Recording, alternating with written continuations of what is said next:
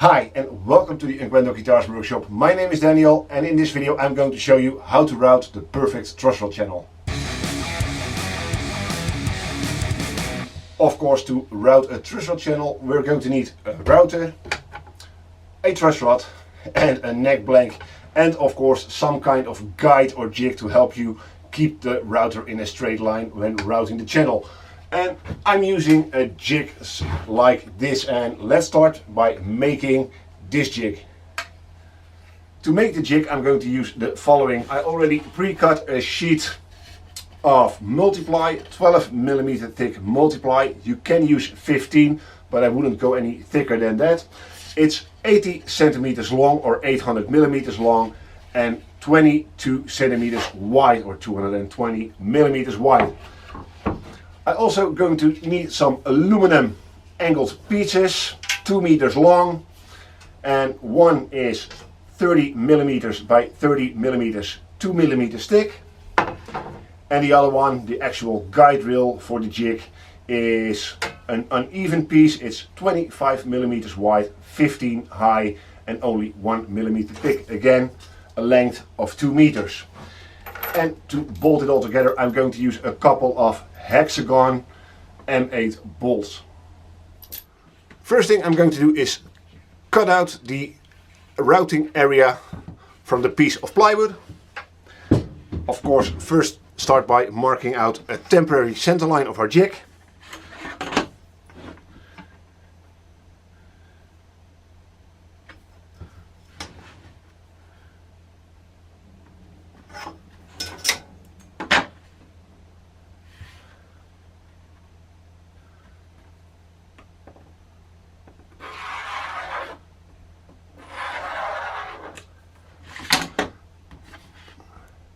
I want to leave about 40 millimeters at each side for my adjustment slots.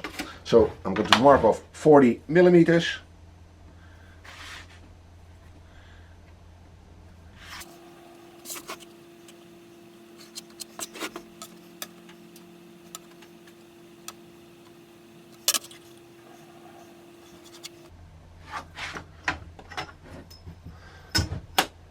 And I want my routing area or the viewing window to be about 80 millimeters wide, so I have a nice view on what I'm doing when routing the truss rod channel.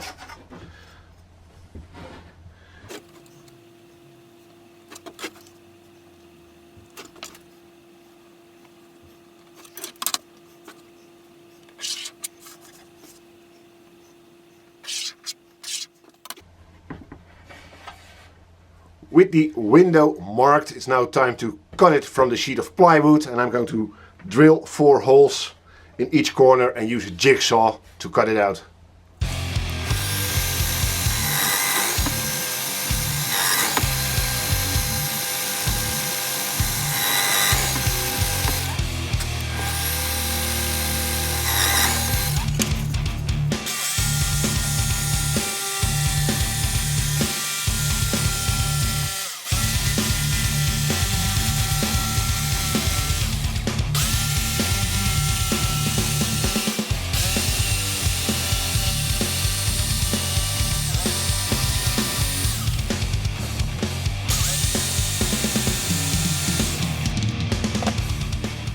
And of course, after using a jigsaw, there's always some cleaning up to do.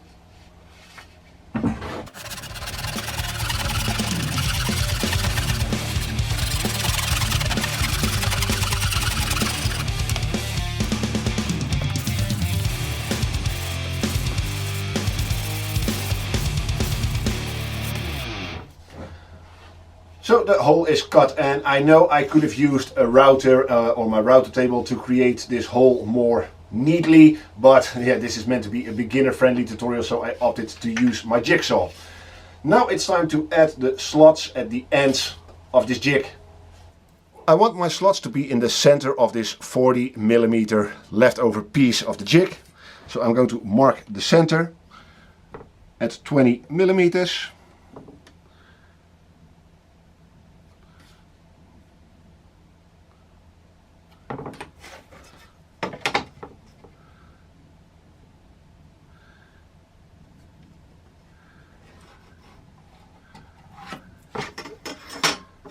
And I want my slots to start at 20 millimeters from the center and be approximately 60 millimeters long.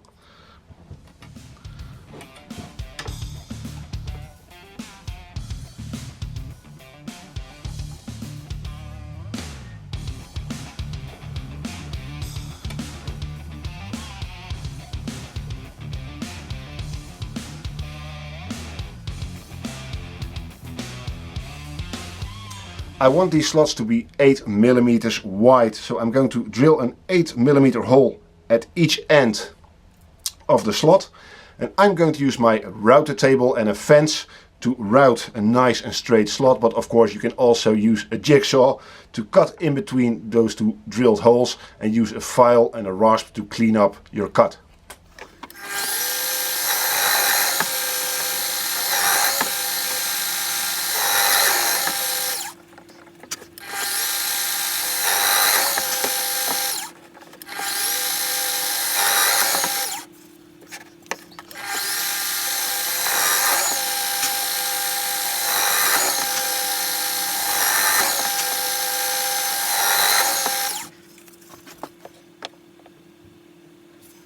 I've set up my router table with an 8 millimeter router bit and my fence, and the fence is positioned in such a way that when I put one of these holes over the router bit, the jig is snug up against the fence, and now I can do several light passes to route a slot from hole to hole. And be very careful, this is quite a dangerous technique, but yeah, it creates the perfect slot to be used later on.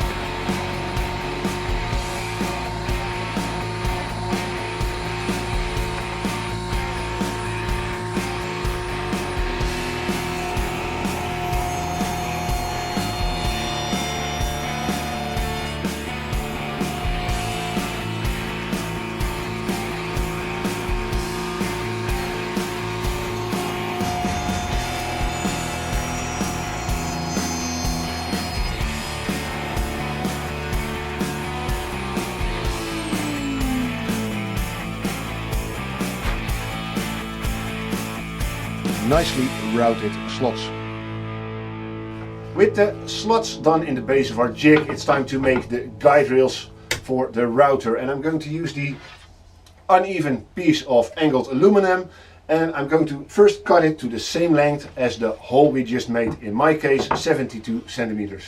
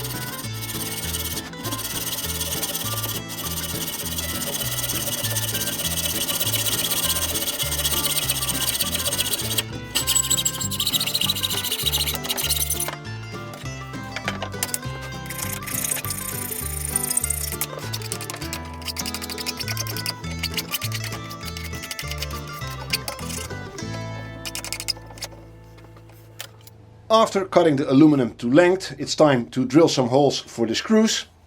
And I'm going to use 5 screws, and I'm going to divide them equally, starting at 20 millimeter from the end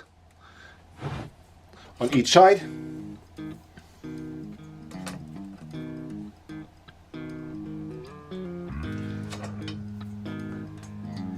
One in the dead center.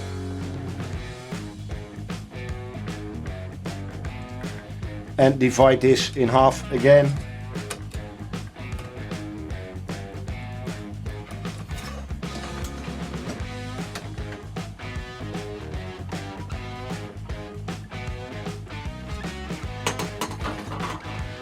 And I want them to be drilled in the center of the aluminum. It's 24 millimeters, so 12 millimeters from the side should be the center.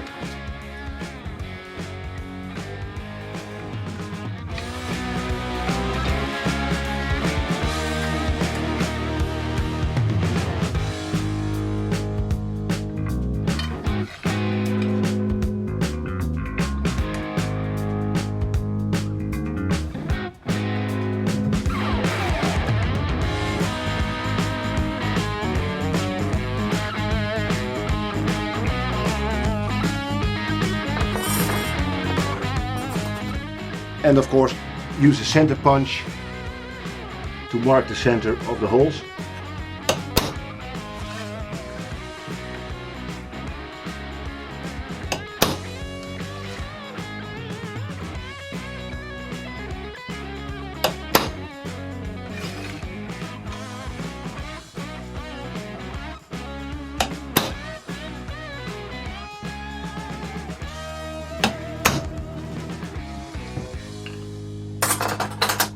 With all the holes marked, it's time to start drilling, and of course the size you need to drill depends on the screw you're going to use. I'm using these 4.2 millimeter screws, dome head screws, just because I like them a lot. I like the look of them and I have plenty of them over here, but you can use any screw you like. So I'm going to drill a 4.5 millimeter hole.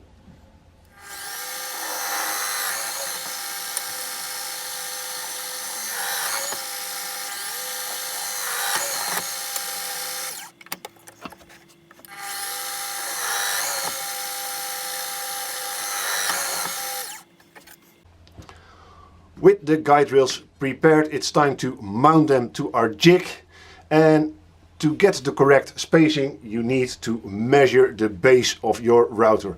I'm using Triton routers and they have a base diameter of 165 millimeters. So the first guide rail I'm going to mount will be half that diameter measured from the center line, and I'm going to clamp it in place temporarily, make sure it's nice and straight, and then screw it down to the jig.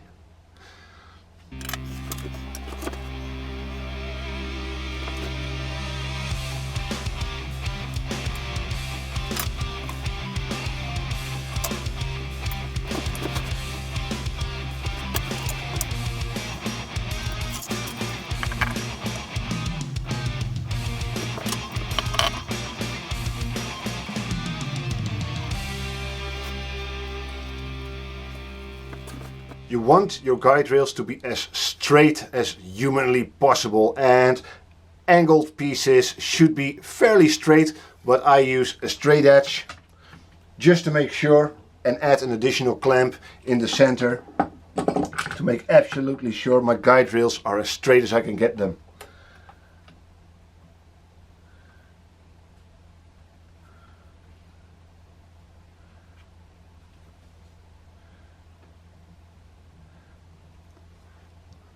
Now I've made sure my guide rail is nice and straight, it's time to secure it with some screws.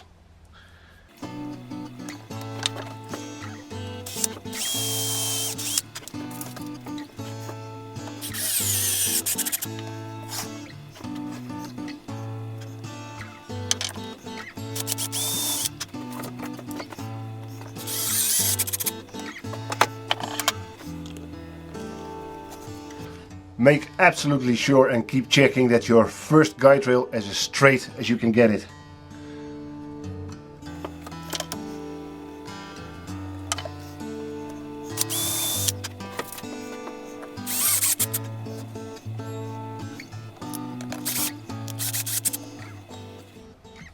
With the first guide rail mounted, I'm going to do the second one, And I'm not going to rely on measurements. I'm going to rely on the actual base of my router.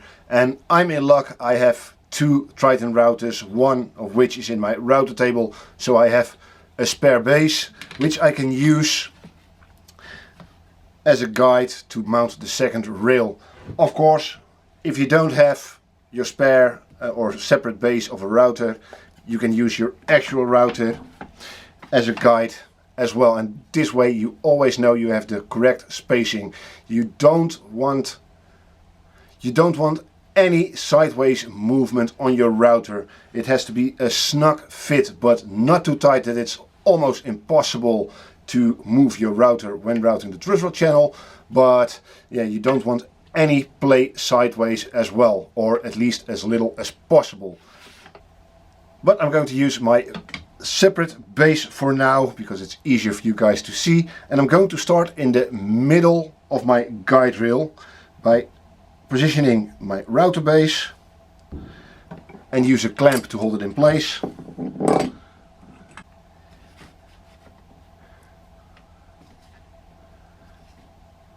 And let's go to each end and do the same.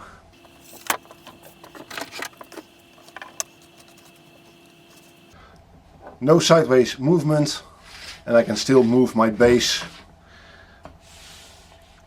along the length of my jig. Put a clamp here.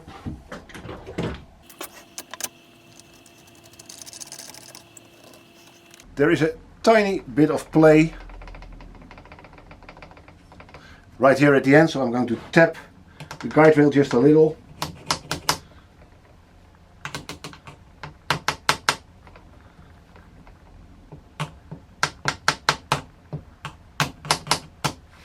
Until there's no more play and the base can still move freely in between the two guide rails. So and when I screw down the second guide rail, I have my router in between the first and the second guide rail just to make sure it doesn't move. Mark the center.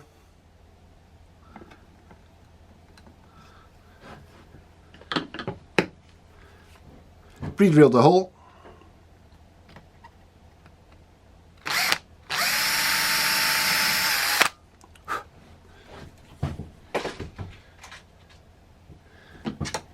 And of course insert the screw.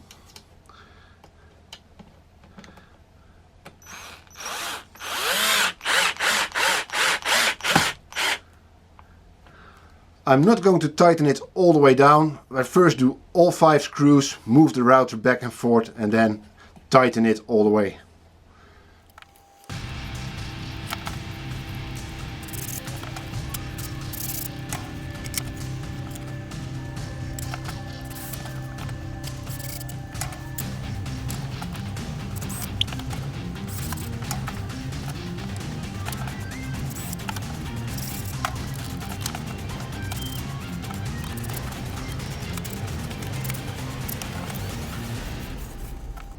Now with the guide rails in place, it's time to do the final touches on the jig, and that's the clamping rails underneath the jig. And therefore I'm going to first cut the other piece of angled aluminium, the 30 by 30 millimeter piece of aluminium, to the same length as my jig.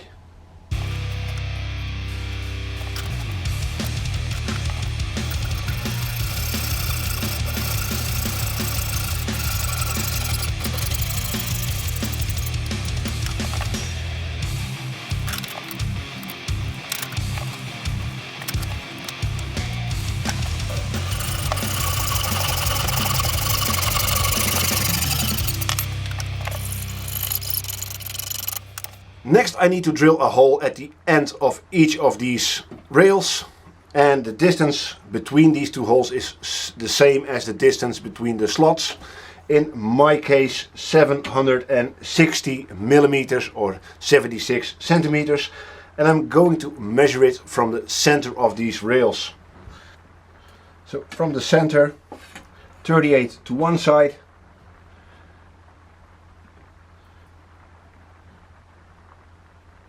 and 76 to the other side, and This ensures me that the distance between the two holes is going to be the same as on my jig, instead of measuring 2 centimeters from the end in.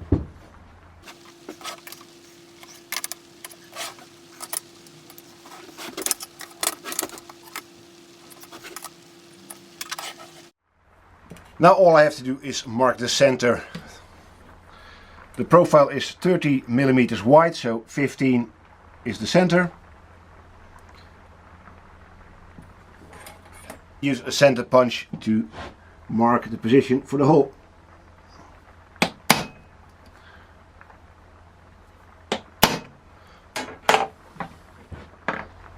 I'm going to need M8 threaded holes, therefore I'm going to drill a 7 millimeter hole and use an M8 tapping bit to create the thread.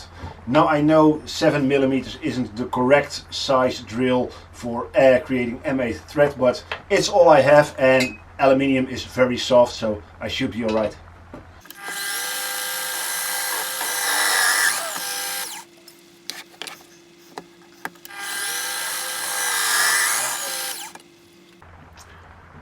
Cutting a threaded hole in aluminum is very easy to do. All you really need is a good quality cutting bit, and this is a single stage cutting bit, and just place it in the hole as straight as you can, and with downwards pressure start turning it and start cutting the thread.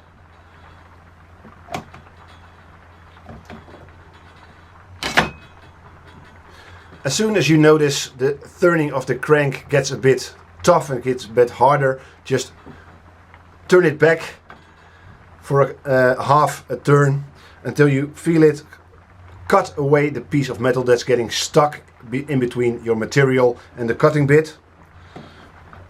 And then start cutting again.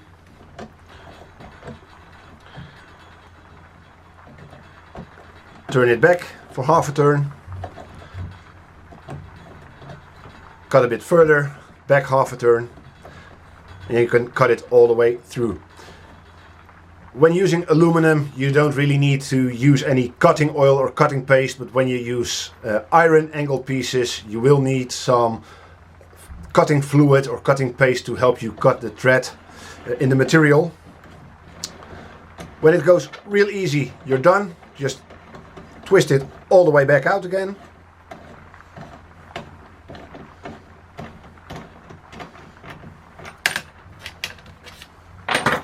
And here's our and here's our threaded hole.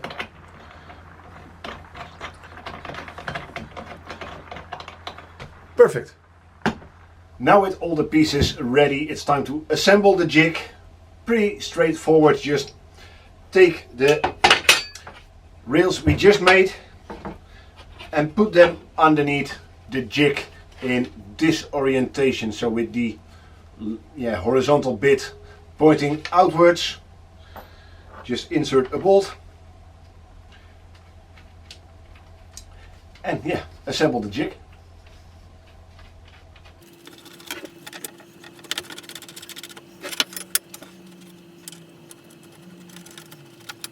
My bolts are a bit too long, but I didn't have any shorter ones.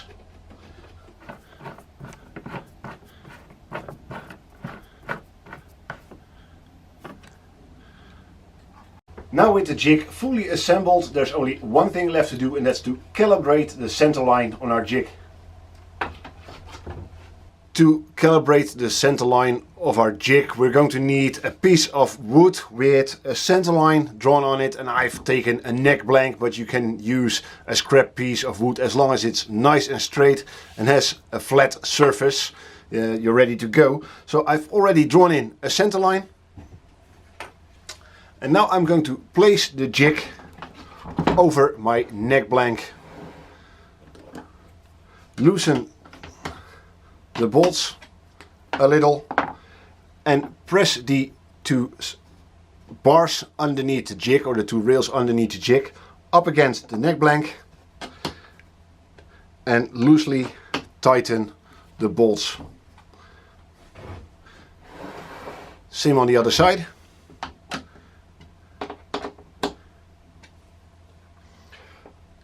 Now I'm going to align the center line that's already on the jig with the center line on the neck blank.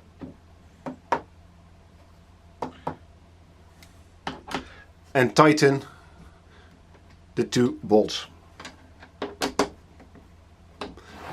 Same on the other side.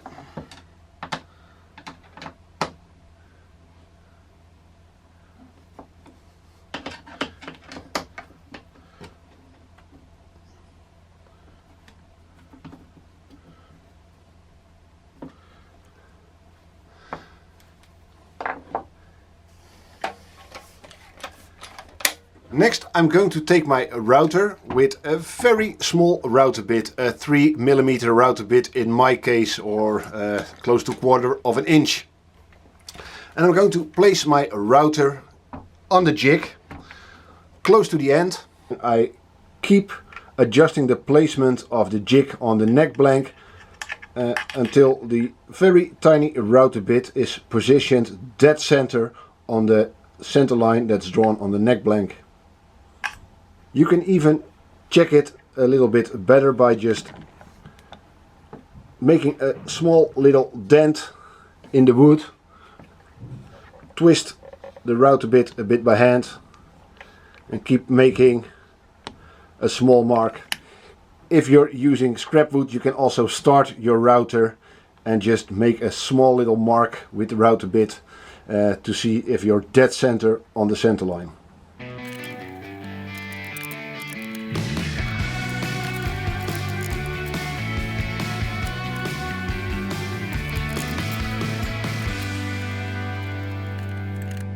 Now with the check done, I now know that my entire jig is centered on the center line of the neck blank. Now I can make a tiny mark on the jig where the center line on the neck blank meets the jig, and now I know that's my true center line of the jig. And I can erase the previous center line.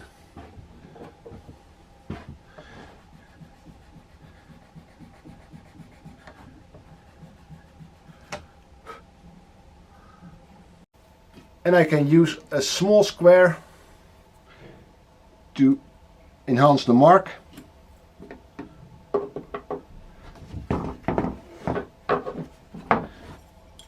To the other side.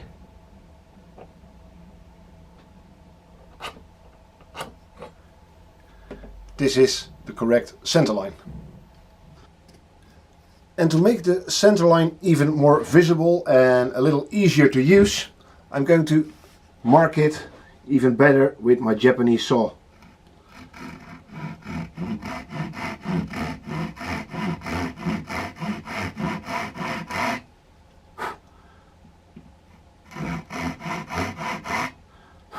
Just a small mark. Now with the jig finally done, let's put it to the test by routing an actual truss rod channel. So before I can start routing, I prepared the neck blank by making sure it's dead straight, nice and flat, and I've drawn in my center line. The next thing I need to do is mark the outline of my neck onto the neck blank.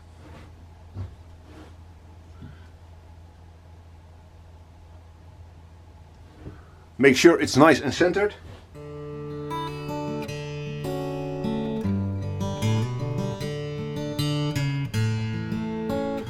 And trace the outline.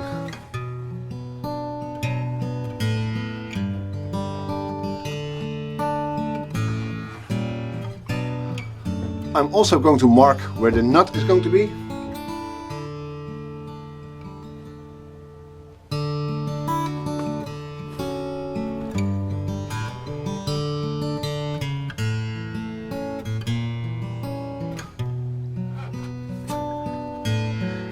And of course how wide my nut is. This neck is going to have a locking nut which is 15mm wide.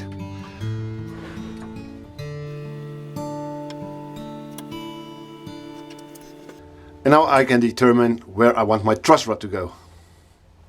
I use 460mm long truss rods, dual action truss rods, and I let them run from the front of the nut to the heel of the neck. Like so. And when we compare it to a side profile of my necks and align it, it runs from the nut to where the heel starts, and any longer wouldn't make any difference in adjustability of the truss rod because the heel is too thick to be moved by the truss rod. So this is all the adjustability I need in my necks. So the next thing I need to do is mark out the length on my neck blank. So align it with the front of the nut and mark the end. So this is the channel I'm going to route from this mark to the front of the nut. I'm also going to route the truss rod access channel just beyond the nut. I like to keep it a centimeter from the nut and make it 35 millimeters long. And this is an additional part I'm also going to route while the jig is attached to the neck. A truss rod here at least in Europe, or the truss rods I'm using, are 6 millimeters wide. So I'm going to route a channel of 6 millimeters wide using a 6 millimeter router bit, but usually the heads of truss rods are just slightly wider. So I'm going to mark the length of the head of the truss rod, so I can use an 8 millimeter router bit to route both the final part of the truss rod channel and the truss rod access channel.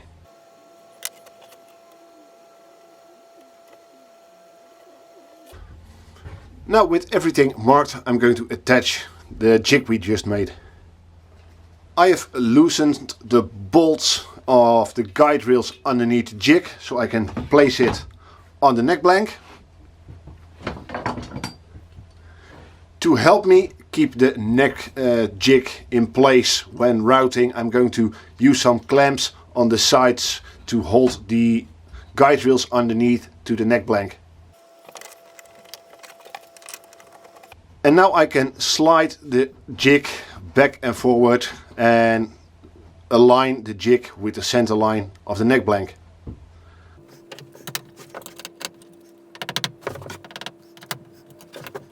Tighten the bolts when the jig is aligned.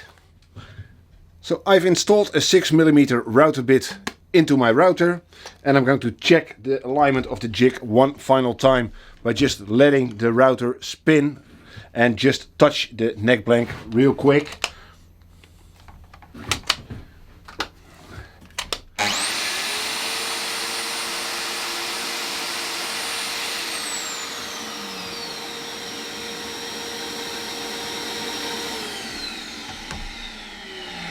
And I can see the mark is nice and centered. Next thing to do is to set the depth of the router to the required depth for the truss rod. First I'm going to lower the router until it barely touches the wood. And you can check this by moving the router back and forward. Adjust it down a little.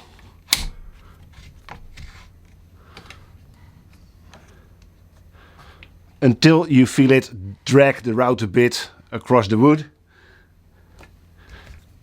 And then a nice thing you can do with these Triton routers to set the depth is to take the actual truss rod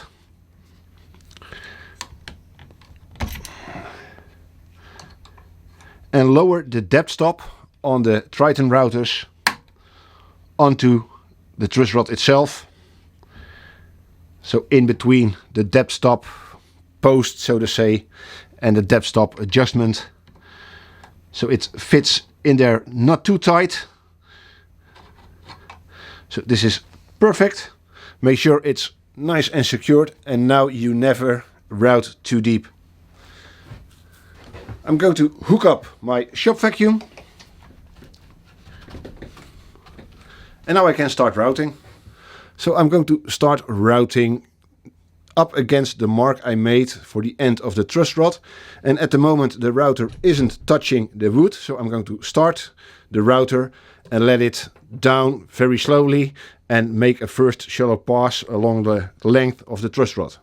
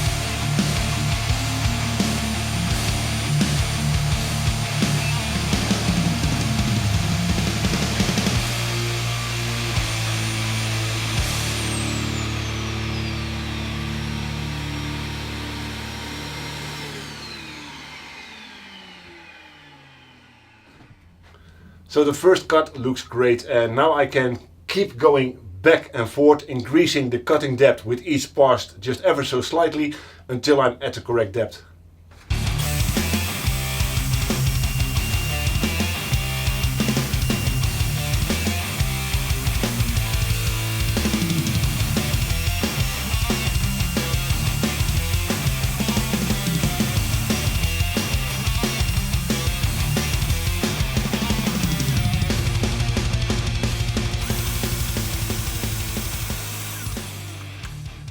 Before I change over the 6mm router bit to an 8mm bit, I always check the depth of the channel by taking the truss rod and my calipers, get the thickness of my truss rod, lock the calipers in place using the little thumb screw, and check the depth of the truss rod channel. Perfect.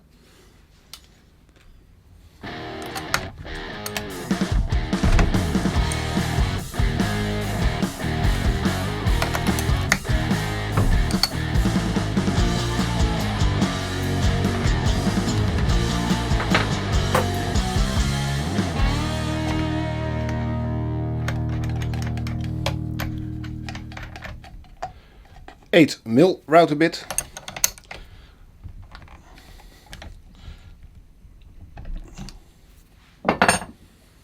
With the 8mm router bit, I'm going to route the last section of the truss rod groove, where the head of the truss rod is going to sit, and of course the final part, and that's the truss rod axis groove. And again, set the depth for the new router bit.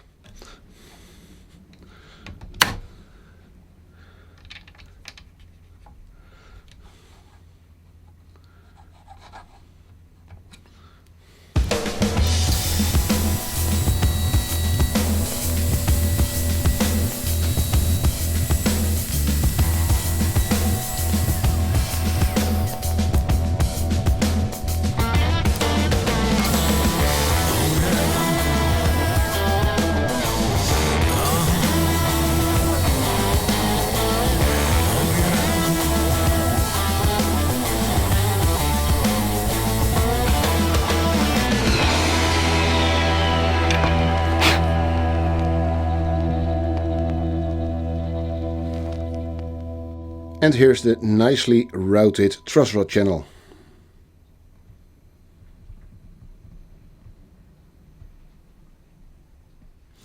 The only thing left to do is to take a chisel and square off the end of the channel.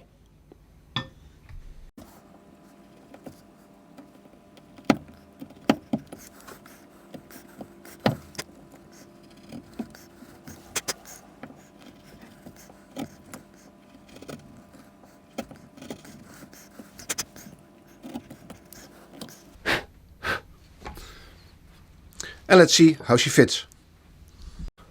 Alright, let's see how the truss rod fits inside the channel.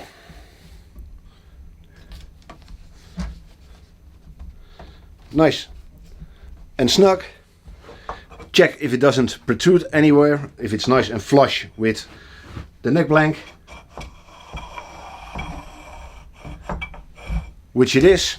So, job well done.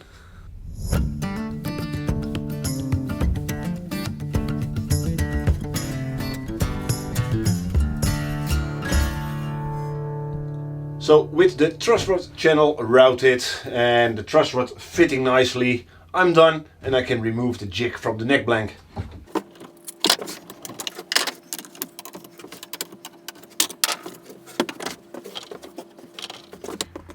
And just like that, this is how I route my truss rod channels, and yeah, I've got a new jig to show for as well.